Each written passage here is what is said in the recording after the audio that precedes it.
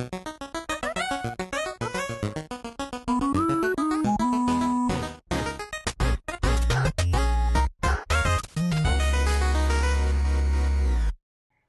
I'm Aki Terra, and this is Aki's Pixel Pets, a show about animals in video games and their real-life counterparts. I hope you brought your weapons and diving gear, because we're headed to the flooded forest to nab a Gobul.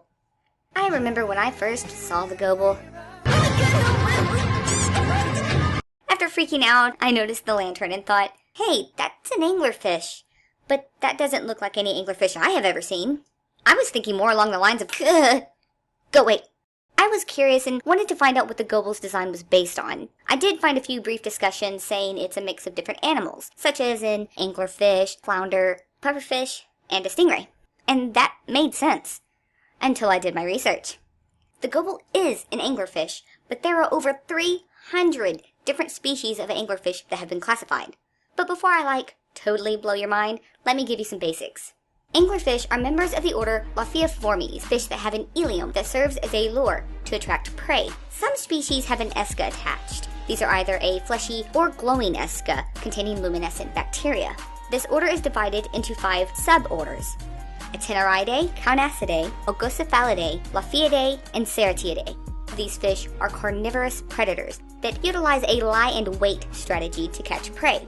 Their stomachs give Stretch Armstrong a run for his money because they can swallow prey that is up to 2 times their own size. So why am I telling you this? Because the Gobul is a young anglerfish still in its early stages of evolutionary development.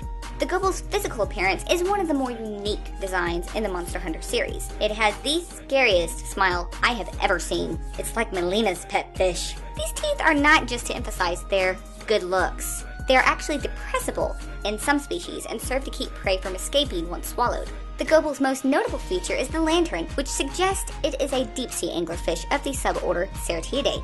Like a triple wart and whip-nosed sea devils, the Gobul can produce a blinding flash to disorient prey and potential predators. It can even be fully retracted while hiding. This is a characteristic shared by sea toads and batfish. The Gobul's body is slightly dorsal-ventrally compressed, which means it's like a pancake, just like the goosefish and batfish. That pretty frilly beard?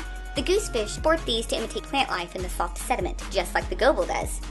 Frogfish, toadfish, goosefish, and batfish have appendages that resemble plants or special body coloring to mimic the surrounding area. The deep-sea anglerfish also uses camouflage. Don't look at me like that. What do you mean, how? Deep-sea anglerfish are always a dark red or brown to black in color. Light, especially blue light, like what is produced from most esca, does not reflect off of red skin. This makes the deep-sea species nearly invisible to other fish. The Gobul's ability to walk on land definitely makes it a formidable opponent, though those are not true legs and feet, but are modified pectoral and pelvic fins, the same fins used by the goosefish, hand or frogfish, sea toads, and batfish to move along the ocean floor. This method is thought to have developed not as a primary way of movement, but to disturb the water less when stalking prey. The Gobul is a benthic dweller, meaning it lives at the bottom of the water. Here it burrows into the loose sand and uses its ilium and fringy chin growths to entice prey. The Gobul's vortex is meant to pull prey into its mouth. Paired with a lunging bite, it swallows the prey whole. For anglerfish, the initial lunging bite is thought to be a reflex response when prey touch the esca or ilium. By forcing water through the mouth and out of the gills at a rapid rate, anglerfish are able to propel themselves forward while simultaneously dragging prey into their mouths. In fact, the frogfish can create a suction that is one of the fastest in the world. That catch is impossible to see with the naked eye because it happens in about 6 milliseconds. The Gobul is also known to retreat to land to avoid predators, like the sargassum anglerfish, who can survive for extended periods of time out of the water. Oh, and speaking of being out of the water, remember how the Gobul jumps?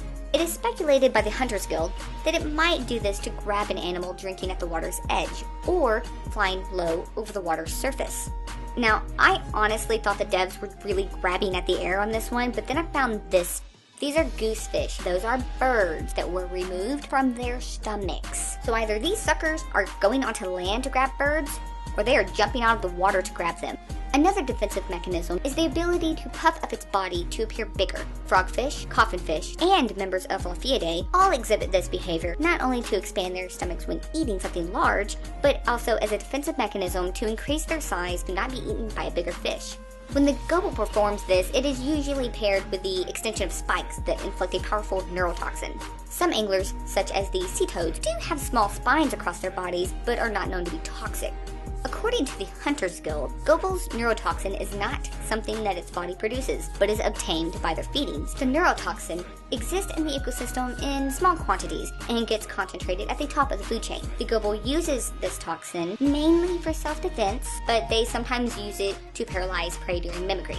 The sargassum anglerfish secretes segutoxin through its skin. This is a toxin that this fish does not produce on its own. Segutoxin is a poisonous organic compound known to cause heart contractions and paralysis and is created by a microorganism called Gambardiscus toxicus. G. toxicus sticks to coral and seaweed, where it is eaten by groupers or scorpionfish. These same fish are targets for the sargassum anglerfish. Due to the characteristics shared with all anglerfish species, we can easily agree that all had to have originated from one common ancestor. According to this evolutionary tree, showing relationships between the different orders of Lophiiformes, it suggested Laffiidae developed first, and different characteristics developed due to migration to deeper waters. I see the gobul is a young deep-sea anglerfish, still in its early evolutionary stages of development. The Hunters Guild reports, gobul in the flooded forest are of unknown gender, as their reproductive organs are underdeveloped. Gobul at sea have been found to have developed eggs within their body, and it is believed that they swim out to the sea to breed. However, it is only a theory, as no fully developed adults have been discovered. It is believed that the adults are either hidden, mimicking the sea bottom, or have a completely different appearance. So not only is the gobul not even fully developed, it's not even his final form. The only thing known about the adult gobuls is the fact that they live in the deep oceans. That would mean fighting this in complete darkness, and most likely the size of Sadius. Nope. So what are your thoughts on the gobul? Let me know in the comments below, and be sure to join me next time because we're gonna go digging around in the sand. But be sure to watch for falling rocks. Check you later.